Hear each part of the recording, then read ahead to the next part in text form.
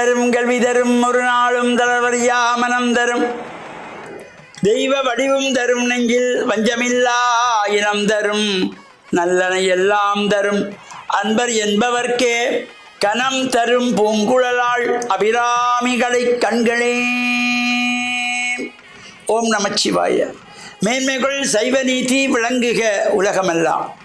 நோயற்ற வாழ்வே குறைவற்ற செல்வம். அந்த நோய் நொடிகள் இல்லாத வாழ்வு இந்த உலக மக்கள் எல்லோரும் வாழ வேண்டும் என்று கலியுகத்தின் காந்தமலை ஜோதியாகிய சபரிமலை சுவாமி ஐயப்பனுடைய திருவடிகளை சிறந்தாழ்த்தி டான் தமிழொலி ஓம் தொலைக்காட்சி நேயர்கள் அனைவருக்கும் சர்வதேச இந்து மத குருப்பீடம் அகில இலங்கை சபரிமலை ஸ்ரீ சாஸ்தாபுரத்தின் சார்பில் இனிய வணக்கங்களும் நல்லாசிகளும். இன்றும் மங்களகரமான குரோதி வருஷம் பங்குனி மாதம் 14ஆம் நாள் 28/3/2025 வெள்ளிக்கிழமை. இன்று மலர்ந்திருக்கின்ற இன்றைய பொழுதும் நம் எல்லோருடைய வாழ்விலும் எல்லா விதமான சிறப்புகளும் செல்வங்களும் கிடைக்க வேண்டும் என்று இறைவனை பிரார்த்தித்து, இன்று சுக்கிரவாரம் என்கின்ற வெள்ளிக்கிழமை. ஒவ்வொரு சைவ சமயத்தவர்களும் ஆசாரசீராக அதிகாலையிலே எழுந்து ஸ்நான அனுஷ்டானங்கள் முடித்து வீட்டிலே சுவாமி அறையிலே மஞ்சள் தண்ணீர் தெளித்து சாம்பிராணி தூவமுட்டி தீபங்கள் ஏற்றி மலர்கள் பறித்து பிரார்த்தனைகள் செய்து அருகிலே உள்ள ஆலயங்களிலே சென்று பிரார்த்தனைகள் வழிபாடுகள் செய்து காலையிலே சுப்பிரபாதங்களை சிவபுராணங்களை அபிராமி அந்தாதி பாடல்களை ஐயப்பன் கவசத்தினை வார எதெல்லாம் நமக்கு முடிகிறதோ வெற்றியெல்லாம் அந்த வீடுகளிலே பாராயணம் செய்கின்ற பொழுது லக்ஷ்மி கடாட்சம் நிறையுமா. எங்கெங்கெல்லாம் இந்த மங்களமான ஒலிகள் கேட்கிறதோ, அந்த மங்கள சத்தங்கள் கேட்கிறதோ, அந்த இடங்களிலே இறைவனுடைய சாநித்தியம் நிறைந்திருக்குமாம். அந்த துஷ்டவையெல்லாம் விலகிவிடுமாம். இறை நாமாவை கேட்டவுடனே நம்மை நாடி வருகின்ற கஷ்டங்கள், துன்பங்கள், துயரங்கள், சோகங்கள், வேதனைகள், சங்கடங்கள் எல்லாம் விலகிவிடுமாம் இந்த இறை நாமாவை நாம் சொல்லுகின்ற பொழுது. அவ்வாறு இந்த வெள்ளிக்கிழமையிலே நாம் ஆலயங்களிலே சென்று பிரார்த்தனை செய்ய வேண்டும். காலை வேளையிலே இந்த மாணவ செல்வங்கள் ஆலயங்களிலே சென்று சிவபுராணத்தை பாராயணம் செய்ய வேண்டும். இது பொதுவாக கல்லூரிகளிலே பாடசாலைகளிலே என்றும் சிறப்பாக நடைபெற்று வருவது வரவேற்கத்தக்க ஒரு விடயம். இருந்த பொழுதிலும் அந்த சிவபுராணத்தை பாராயணம் செய்கின்ற பொழுதோ அவற்றை கூட்டு பஜனையாக செய்யப்படுகின்ற பொழுதோ அவசரமாக செய்யக்கூடாது. ஆறுதலாக நிறுத்தி ஒவ்வொரு சொற்களும் நிறுத்தி நமக்கு புரிகின்ற வரையில் சொல்ல வேண்டும். சிவபுராணத்தை சொல்ல வேண்டும். வெள்ளிக்கிழமையிலே பள்ளிக்கூடத்திலே 100 பிள்ளை 200 பிள்ளை 300 பிள்ளை என்று பாடசாலையில் பிள்ளைகள் சேர்ந்து சொல்லுகின்ற பொழுது அவசரமாக நம்ம சிவாய வாழ்க நாந்தாள் வாழ்க எப்பொழுதும் நெஞ்சில் நீங்கள் வாழ்க கோழியான குழந்தை என்ன சொல்லுகிறோம் என்று அவர்களுக்கும் தெரியாது, மற்றவர்களுக்கும் புரியாது, ஒன்றும் விளங்காது. நிறுத்தி ஆறுதலாக சிவனை மனதிலே நிறுத்தி நமச்சிவாய வாழ்க நாதந்தாள் வாழ்க இமைப்பொழுதும் என் நெஞ்சில் நீங்காதான் தாழ் வாழ்க கோகலி ஆண்ட குருமணி தந்தாள் வாழ்க என்று இந்த நிறுத்தி சொல்லுகின்ற பொழுது நமக்கு அந்த பொருள் புரிய வருமாம். இதைத்தான் மணிவாசக பெருமான் இந்த சிவபுராணத்திலே பின்வரிகளை சொல்லுவார். சொல்லிய பாட்டின் பொருள் உணர்ந்து சொல்லுவார். இந்த சொல்லிய பாட்டின் பொருள் உணர்ந்து யாரெல்லாம் சொல்லுகின்றார்களோ அவர்கள்தான் உள்ளா சிவனடி கீழ் கல்லோரும் ஏத்த பணிந்து என்பவர். இறைவனுடைய திருவடிகளுக்கு நாம் நம்மை அர்ப்பணம் செய்வதற்கு நாம் சொல்லுகின்ற இந்த பாட்டினுடைய பொருள் புரிகின்ற வகையில் சொல்ல வேண்டும். சொல்லிய பாட்டின் பொருள் உணர்ந்து சொல்லுவார். அவர்கள்தான் இறைவன் திருவடியை வணங்குகின்ற வாய்ப்பை பெறுவார்கள். இதையும் மணிவாச பெருமான் இதே சிவபுராணத்திலே பின்வரிகளை சொல்லுவார். எனவே அந்த சிவபுராணத்தை அவசரமாக சொல்லக்கூடாது. ஆறுதலாக ஒரு 5 நிமிடங்கள் கூடுதலாக போனால் பரவாயில்லை. இந்த பிள்ளைகளையும் அதேபோல் ஆலயங்களிலே கூட்டு வஜனம் நடைபெறுகின்ற பொழுது, பாடசாலைகளில் சிவபுராண பாராயணம் செய்யும்போது அவசரம் இல்லாமல் புரியக்கூடியதாக ஆறுதலாக சொல்லுகின்ற பொழுது இறைவன் அருள் பூர்ணமாக நமக்கு கிடைத்து வாழ்வில் எல்லா விதமான சிறப்புடன் பெறுகின்ற வகையிலே இந்த வெள்ளிக்கிழமையிலே இறையருளை நாம் பூர்ணமாக பெறுவதோடு லக்ஷ்மி கடாட்சம் நமக்கு நிறைகின்ற வகையிலும் அமைந்திருக்கின்றதாகிய இந்த இறை வழிபாட்டில் ஈடுபட்டு இறையருளையும் பற்றி மண்ணில் நல்ல வண்ணம் வாழ டான் தமிழொலி ஓம் தொலைக்காட்சி நேயர்கள் அனைவருக்கும் சர்வதேச இந்து மத குறிப்பீடம் அகில இலங்கை சபரிமலை ஸ்ரீ சாஸ்தாகுடத்தின் சார்பில் நல்ல ஆசிகளை கோரிக்கொள்வதில் மனமகிழ்வு கொள்கிறோம். சர்வே ஜனாக சுகினோ பவந்து சமஸ்தசன் மங்களான் சுபம்.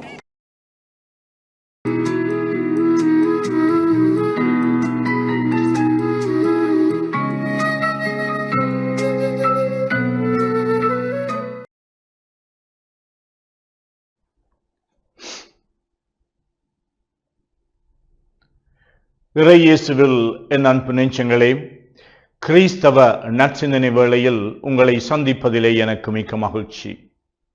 ஆண்டவர் இயேசுவின் அன்பும் அருளும் உங்கள் அனைவரோடும் இருப்பதாக. இன்று தவக்காலத்தின் 24ஆம் நாள். சிலர் சொல்லுவார்கள், நம்புகின்றார்கள், காசு இருந்தால் எல்லாம் செய்யலாம், பணம் இருந்தால் நான் செல்வாக்குள்ளவராக இருக்கலாம், தீமையை கூட நன்மையாக காட்டலாம், இந்த காசு இருந்தால் பணம் இருந்தால் என்னுடைய வாழ்க்கையில் எது தேவையோ அவற்றையெல்லாம் நிறைவு செய்யலாம், இந்த காசு இருந்தால் என்னுடைய வாழ்வில் நிம்மதியாக நான் தூங்கலாம், இந்த காசு இருந்தால் நான் மற்றவர்களை வாங்கலாம், அரசியல் ரீதியாக நாங்கள் எங்களுடைய ஆசனங்களை பெற்றுக்கொள்ளலாம், காசு இருந்தால் நாங்கள் எல்லாவற்றையும் செய்யலாம் என்ற எங்களுடைய வாழ்க்கையின் தேவைகள் எல்லாவற்றையும் நிறைவு செய்தால் நாங்கள் நிம்மதியாக இருக்கலாம் என்று கனவுகள் காண்பது உண்டு. காசும் பணமும் வருவாயும் எங்களுக்கு வாழ்க்கையை ஓட்டுவதற்கு தேவை. ஆண்டவர் இயேசு தன்னுடைய வாழ்க்கையிலே பல புதுமைகளை செய்கின்ற பொழுது சிலர் அவர் மீது குற்றம் சுமத்துவதற்காக அல்லது குற்றம் கண்டுபிடிப்பதற்காக அசுத்த ஆவிகளுடைய வல்லமையினாலே இவற்றையெல்லாம் செய்கின்றார் என்று சொன்னார்கள். அசுத்த ஆவிகள் அவை பலமுள்ளதாக, ஆற்றல் உள்ளதாக, எதையும் கெட்டித்தனமாக செய்யக்கூடிய வல்லமை படைத்ததாக இருக்கும் என்று மக்கள் நம்பினார்கள். அதனாலே இயேசு செய்த அரும் அடையாளங்கள், அவருடைய புதுமைகள், அவருடைய ஆற்றல் மிகுந்த போதனைகள், இவைகள் எல்லாம் அவர் அசுத்தாவியினுடைய வல்லமையினால் செய்கின்றார்கள். ஏதோ அவருக்கு கிடைக்கின்ற அந்த வல்லமை சக்தி ஒரு தீய சக்தியிடம் இருந்து வருகின்றது என்று அவர்கள் சந்தேகப்பட்டார்கள், குற்றம் கண்டுபிடித்தார்கள். ஆனால் இயேசு கூறுகின்றார், தூய ஆவியின் வல்லமையினால் நான் இவற்றை செய்கின்றேன், தூய ஆவியின் வல்லமையினால் இவற்றை செய்கின்றேன். அவரிடம் இருந்து அந்த சக்தி தெய்வீக சக்தியாகும். தன்னுடைய தந்தையாகிய கடவுளுக்கு நெருக்கமாக இருக்கின்ற அவருடைய வாழ்வு. நற்செய்தியிலே கூறப்படுகின்றது, அவர் தனிமையிலே சென்று செபித்துக் கொண்டிருந்தார் என்று. எவ்வளவு வேலைப்பளுவு இருந்தாலும் அவர் தனிமையிலே தன்னுடைய தந்தையோடு உரையாடினார், தந்தைக்கு நெருக்கமாக இருந்தார், தந்தையோடு பேசினார், தந்தைக்கு செவிமடுத்தார். இதன் வழியாக அவருடைய ஆளுமையிலே, அவருடைய செயல்களிலே, அவருடைய பேச்சிலே, அவருடைய சிந்தனையிலே சக்தி பிறந்தது, வல்லமை பொருந்தியதாக இருந்தது. இந்த வல்லமை இந்த சாதாரணமான பணமும் காசும் சொத்தும் சுகமும் தருகின்ற சக்தி அல்ல. அவையெல்லாம் எங்களுடைய வாழ்க்கையிலே சில விடயங்களை நாங்கள் செய்வதற்கு அல்லது சில வெற்றிகளை ஈட்டுவதற்கு, சில தேவைகளை நிறைவு செய்வதற்கு, அல்லது எங்களுடைய வாழ்க்கையை நாங்கள் ஒரு குறிப்பிட்ட அளவுக்காவது எங்களுடைய வாழ்க்கையில் நாங்கள் பசி போக்கி துன்பம் தீர்த்து நோய்களிலே இருந்து விடுதலை பெறுவதற்கெல்லாம் எங்களுக்கு பணம் தேவை. அதே வேளையிலே நாங்கள் கடவுளுடைய சக்தியோடு இணைந்திருக்கின்ற பொழுது, அந்த வல்லமையையும் சக்தியையும் கடவுளிடம் இருந்து பெறுகின்ற பொழுது எங்களுடைய மனங்கள் எல்லாம் உறுதி பெற்றதாக, நம்பிக்கை கொண்டதாக, திருப்தி கொள்ளுகின்றதாக, எப்பொழுதும் இறைவனை புகழுகின்றதாக, குறை கண்டுபிடிக்கின்ற அல்லது எதிர்மறையாக எங்களுடைய வாழ்க்கை ஒரு தேக்க நிலையிலே இல்லாமல் அது மீண்டும் மீண்டும் புத்துயிர் பெற்றதாக எழுவதற்கு இறைவனோடு எங்களுடைய தொடர்பு, உறவு இருக்க வேண்டும். இந்த ஆண்டிலே வருகின்ற வருடம் இடம்பெற இருக்கின்ற ஜூபிலி ஆண்டாக அதை அர்த்தத்தோடு பொருளோடு கொண்டாடுவதற்கு ஒரு மன்றாட்டின் ஆண்டாக திருத்தந்தை அவர்கள் பிரகடனப்படுத்தி இருக்கின்றார். எவ்வளவு தூரம் நாங்கள் இறைவனோடு செபத்திலே, மன்றாட்டிலே நாங்கள் தனித்தும் குடும்பமாகவும் இணைந்திருக்கின்றோமோ அவ்வளவு தூரம் எங்களுடைய வாழ்விலே நாங்கள் வல்லமை பொருந்தியவர்களாக, சக்தி பொருந்தியவர்களாக, ஆற்றல் மிக்கவர்களாக, ஒரு விடயத்தை செய்வதற்கு முன்னதாக நாங்கள் ஆண்டவரே நீர் எனக்கு உதவி செய்யும், உம்முடைய ஆசீரை தாரும் என்று மன்றாடி போட்டு நாங்கள் இந்த விடயத்தை செய்கின்ற பொழுது நிச்சயமாக அது மிகவும் சிறப்பான முறையில் எங்களுடைய ஆற்றல்கள், திறமைகளுக்கு அதிகமாக நாங்கள் அவற்றை செய்யக்கூடியதாக இருக்கும். நாங்கள் பயணம் செய்கின்ற பொழுது ஆண்டவரே எங்களை ஆசீர்வதியும் என்று சொல்லி மன்றாடிக்கொண்டு நாங்கள் இந்த பயணத்தை தொடர்கின்ற பொழுது வருகின்ற ஆபத்துக்களில் எல்லாம் நாங்கள் காப்பாற்றப்படுவோம்.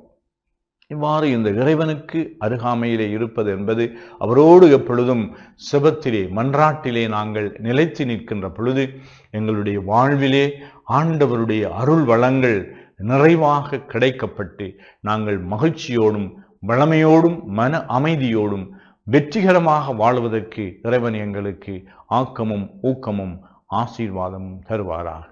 ஆமென்.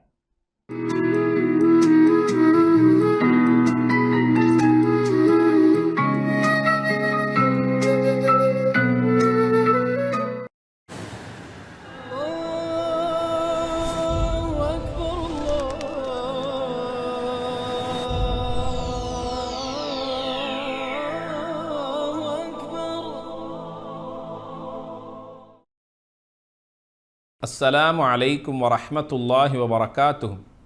நஹ்மதுஹு வ நுஸல்லி அலா ரசூலிஹில் கரீம். அம்மா பஅத்.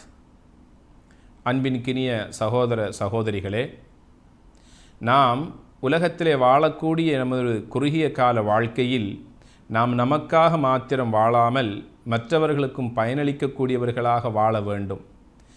நபிகள் நாயகம் ஸல்லல்லாஹு அலைஹி வஸல்லம் கூறுகிறார்கள், மனிதர்களில் சிறந்தவர் மக்களுக்கு பயனளிக்கக்கூடியவர் என்று கூறுகிறார்கள். ஆம், அதில் பல ஆயிரம் அர்த்தங்கள் இல்லாமல் இல்லை. யார் ஒருவர் மற்றவர்களுடைய துன்பத்திலும் கஷ்டத்திலும் பங்கெடுக்கிறாரோ அவர் உலகத்தை விட்டு மரணித்தாலும் அந்த உன்னதமான ஜன்னத் என்கின்ற சொர்க்கத்தை அடைந்து கொள்வதற்கு அது ஒரு வாய்ப்பாக அமைகிறது. ஒரு நாள் பொழுது நபி அவர்கள் தன்னுடைய தோழர்களோடு மரணத் தருவாயில் இருக்கின்ற ஒரு மனிதனுடைய வீட்டுக்கு மதீனாவிலே செல்லுகிறார்கள். அந்த மனிதரோ மரணத் தருவாயிலே இருக்கிறார்.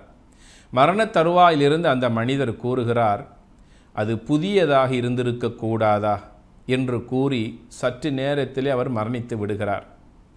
மரணத்தினுடைய தருவாயில் அவர் கூறி அந்த வார்த்தை சஹாபாக்களை சிந்திக்க தூண்டியது. சஹாபாக்கள் நபிகளாருடைய தோழர்களை அப்படியே சிந்திக்க தூண்டியது. அந்த மனிதனுடைய கடமைகளை செய்துவிட்டு நபி அவர்களும் தோழர்களும் அந்த இடத்திலிருந்து வெளியே வருகிறார்கள். அருமை தோழர்கள் நபிகளாரை சூழ்ந்து கொள்ளுகிறார்கள். நபியே நாயகமே, அந்த மனிதனுடைய மரணத் தருவாயிலே நாம் கலந்து கொண்ட நேரத்தில் மரணத் தருவாயில் உயிர் பிரிவதற்கு முன்னால் அந்த மனிதர் சொன்னாரே, அது புதியதாக இருந்திருக்கக்கூடாதா என்று சொன்னாரே, அதனுடைய அர்த்தம் நமக்கு புரியவில்லை நபியே நாயகமே. அதற்கு நபிகள் நாயகம் ஸல்லல்லாஹு அலைஹி வஸல்லம் சொன்னார்கள், இந்த மனிதர் ஒரு நாள் வீட்டில் இருக்கிற நேரத்தில் ஒரு மனிதர் வீட்டுக்கு தேடி வந்து தனக்கு மாற்று ஆடைகள் இல்லாமல் இருப்பதாகவும் எனக்கு உடுத்துவதற்கு என்னுடைய மானத்தை மறைப்பதற்கு ஆடைகள் தாருங்கள் என்று ஆடை அணிவிக்குமாறு கேட்ட நேரத்தில் இந்த தோழரிடத்திலோ பழைய கிழிந்த கந்தலான பல தையல்கள் போடப்பட்ட ஆடை மாத்திரமே இருந்தது. அதை அவர் அவருக்காக கொடுத்தார். அந்த ஆடையை கொடுத்து அவருடைய மானத்தை மறைத்ததற்காக இறைவன் இவருக்கு சுவர்க்கத்தின் காட்சியை மரணத் தருவாயிலே காண்பித்தான். அப்போது அந்த மரணத் தருவாயில் இருந்த மனிதர் இறைவனிடத்திலே கேட்டார், இறைவா, அழகிய சுவர்க்கத்தை நான் பார்க்கிறேன், இந்த சுவர்க்கம் மிக மிக அழகாகி இருக்கிறது, இது யாருக்குரியது என்று கேட்ட நேரத்தில் இறைவன் சொன்னான், இது உனக்குரியது தான். இந்த மனிதன் கேட்கிறான், இந்த சுவர்க்கத்தை அடைந்து கொள்வதற்கு அப்படி ஒரு நன்மையான காரியங்களை நான் செய்யவில்லையே. இறைவன் சொன்னான், என்னுடைய அடியார்களில் ஒரு அடியான் மாற்று ஆடை இல்லாமல் ஏங்கி தவித்த நேரத்தில் உன்னிடத்திலே இருந்த கந்தலான கிழிந்த தையல்கள் பல போடப்பட்ட ஆடையேனும் கொடுத்து அவனுடைய மானத்தை நீ மறைத்து காப்பாற்றினாயே, அதற்கு பகரமாக நான் உனக்கு சுவர்க்கத்தை தருகிறேன் என்று அந்த அழகிய சுவர்க்கத்தை மரண வேளையில் இறைவன் காட்டிய போதுதான் இந்த மனிதர் சொன்னார், நான் கொடுத்த ஆடை புதியதாக இருந்திருக்க கூடாதா என்று மரணத் தருவாயில் சொல்லி கவலைப்பட்டார் என நபிகள் நாயகம் ஸல்லல்லாஹு அலைஹி வஸல்லம் அவர்கள் கூறுகிறார்கள். ஆம், இல்லை என்று சொல்லவில்லை, இருப்பதை கொடுத்து மகிழ்ந்தார். அந்த பெருமகனாருக்கு இறைவன் கொடுத்த சன்மானத்தை பார்த்தீர்களா? எத்தனை ஏழைகள், எளியவர்கள், அனாதைகள், விதவைகள் இப்படியான பல தேவைகளோடு எங்களுடைய இல்லம் நாடி நாளாந்தம் வருகிறார்கள். எங்களுடைய தொழிலகங்களை நோக்கி வந்து செல்லுகிறார்கள். எங்களிடத்திலே மனம் விட்டு வெட்கம் விட்டு பல வார்த்தைகளை, பல அவர்களுடைய தேவைகளை கேட்கத்தானே செய்கிறார்கள். நாம் இயலுமான வரைக்கும் எங்களிடத்தில் உள்ளவற்றை நாம் அவர்களுக்கு கொடுத்து மகிழ வேண்டும். உதவி தேடி வருகின்றவர்களை விரட்டிவிடக்கூடாது. யாசகம் கேட்டு வருகின்றவர்களுடைய உள்ளத்தை புண்படுத்தி விடக்கூடாது.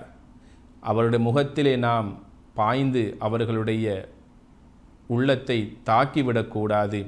எங்களால் முடிந்த உதவிகளை செய்து அவர்களை வழி அனுப்பி வைப்போமையாக இருந்தால் நிச்சயமாக இறைவன் நம்முடைய உதவியை கண்டு சந்தோஷமடைவான். இறைவன் தந்த அருட்கடாச்சங்களிலிருந்து செலவழிக்குமாறு தானே இறைவன் எங்களை பார்த்து கட்டளையிடுகிறான். நாம் பிறந்து வருகின்ற நேரத்திலே ஒன்றும் இல்லாத வெறும் கையோடு அல்லவா பிறந்து வந்தோம்.